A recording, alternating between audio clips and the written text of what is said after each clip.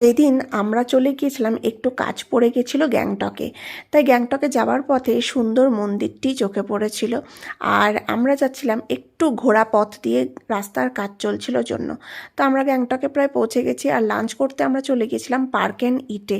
আর সেই দিন বৃষ্টি হওয়ার কারণে পুরো গ্যাংটকে লোডশেডিং ছিল। আর এই পার্ক অ্যান্ড ইটে ঢোকার পরেই দেখলাম অ্যাম্বিয়েন্স পুরো অ্যাকোরিয়ামে সাজানো।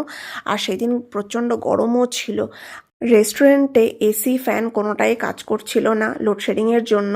আর খাবার দাবার যেটাই অর্ডার করছিলাম সেটাই ওনারা এটা হবে না ওটা হবে না বলছিলেন। শেষ পর্যন্ত আমরা ভেজ ফ্রাইড রাইস আর চিলি পর্ক অর্ডার করেছিলাম।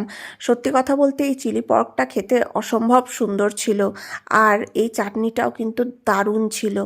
তো যাই হোক, খাওয়া দাওয়া করে আমরা ফেরার পথে গ্রসারি শপ থেকে কিছু গ্রসারি আইটেম শপিং করে আমরা বাড়ির উদ্দেশ্যে রওনা দিলাম। আজকের ব্লগটা এখানে শেষ করছি। টাটা।